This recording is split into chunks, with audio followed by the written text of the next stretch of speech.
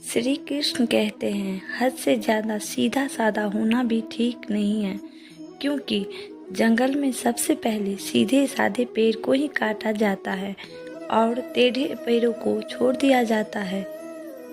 श्री कृष्ण कहते हैं जिंदगी में एक ही नियम रखो, सीधा बोलो, सच बोलो और मुंह पर बोलो।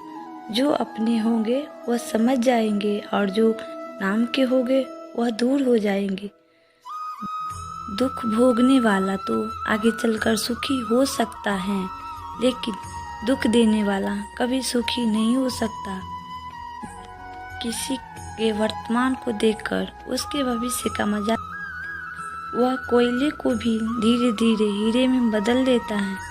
किसी पर ज़्यादा नाराज होने से बेहतर है कि अपने जीवन में उसकी अहमियत कम कर दो। यदि तुम्हारे अंदर खुद को बदलने की ताकत नहीं है तो तुम्हारा कोई अधिकार नहीं है कि तुम भगवान को या भाग्य को दोष दो। जिंदगी में कभी भी अपने किसी हुनर पर घमंड मत करना, क्योंकि पत्थर जब पानी में गिरता है तो अपने ही वजन से डूब जाता है। जो अपना ना हुआ उस पर कभी हक ना जताना, और जो समझ ना सके उसे कभी दुख ना बताना। कर्म का थप्पड़ इतना भारी और भयंकर होता है कि हमारा जमा हुआ पुण्य कब खत्म हो जाए पता ही नहीं चलता। पुण्य खत्म होने पर समर्थ राजा को भी भीख मांगनी पड़ती है। इसीलिए कभी भी किसी के साथ छल कपट करके किसी की आत्मा को दुखी ना करे। साथ रहकर तो छल करे, उससे बड़ा कोई शत्रु नहीं।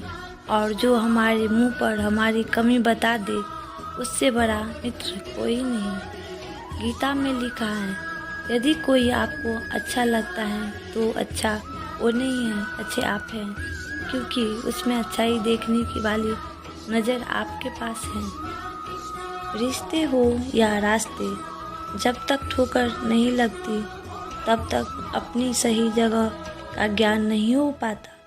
श्रीमद् भागवत गीता में जिंदगी में जो कुछ भी होता है अच्छे के लिए होता है।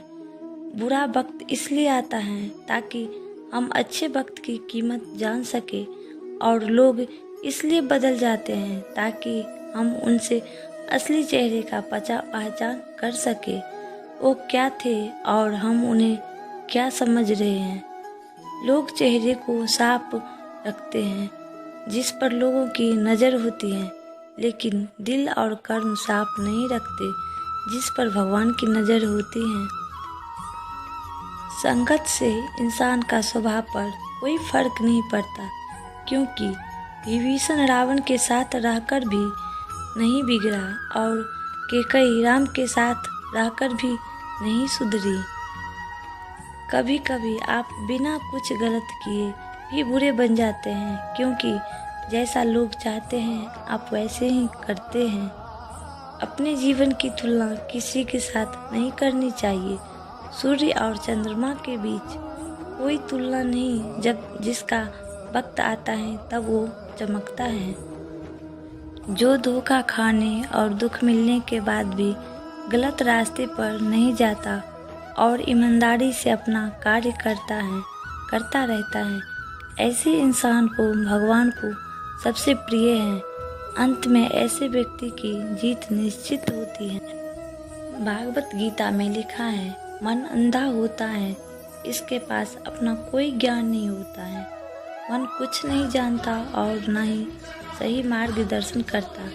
इसीलिए आप अंधे मन की बातें मानकर जरूरी कामों को टालना बंद कीजिए। आप हमेशा अपनी बुद्धि से काम लीजिए, मन से नहीं, क्योंकि अंधा मन आपको हमेशा जरूरी कामों को करने से रोक देता है। जब आप बुद्धि के जरिए जरूरी कामों को करना शुरू कर देंगे, धीरे धीरे आपका मन आपका मित्र बनता चला जाएगा।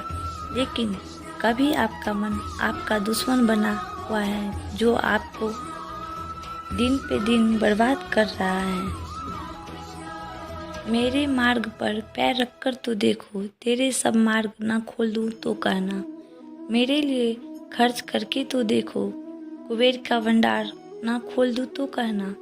मेरे लिए कड़वे वचन सुनकर तो देखो, कृपा ना बरसा दे तो कहना। मेरी तरफ आकर तो देखो, तेरा ध्यान ना रखूं तो कहना। मेरी बातें लोगों से कर मूल्यवान ना बना दूं तो कहना। मेरे चरित्र का मनन करके तो देखो, तुझे मूल्यवान ना बना दूं तो कहना।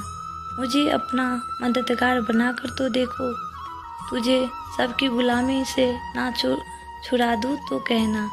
मेरे लिए आंसू बहाकर तो देखो, तेरे जीवन में आनंद के सागर ना भर दूं तो कहना। मेरे लिए कुछ बनकर तो देखो, तुझे कीमती ना बना दूं तो कहना।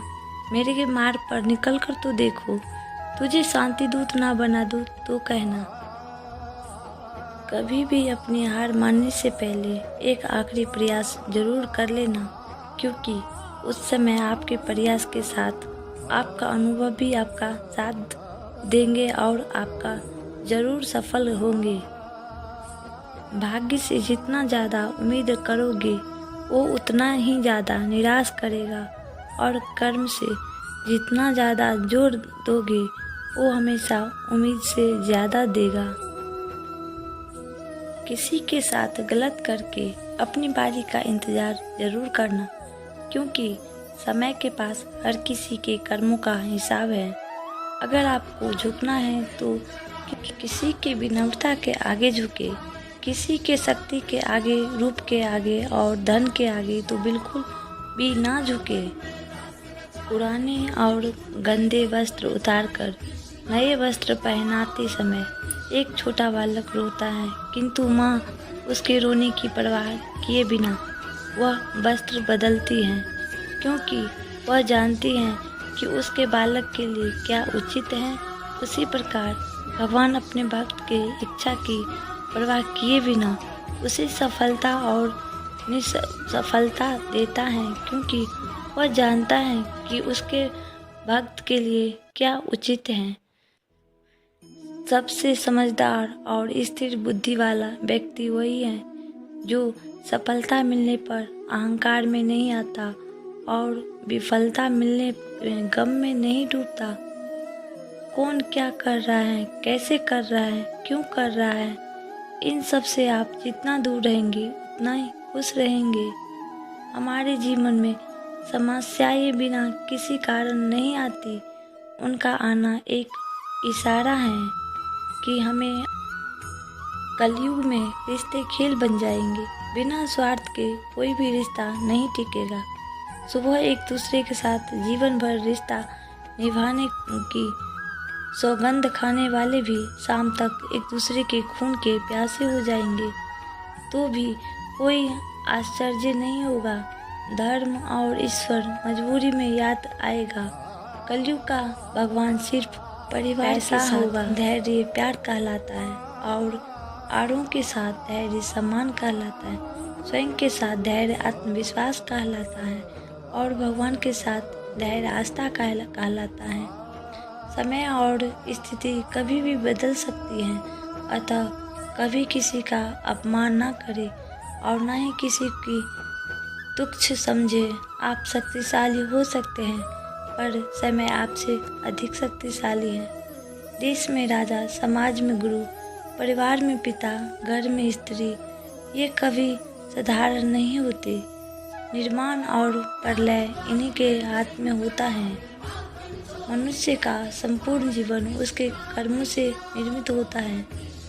जैसे कर्म करता है वैसे बन जाता है।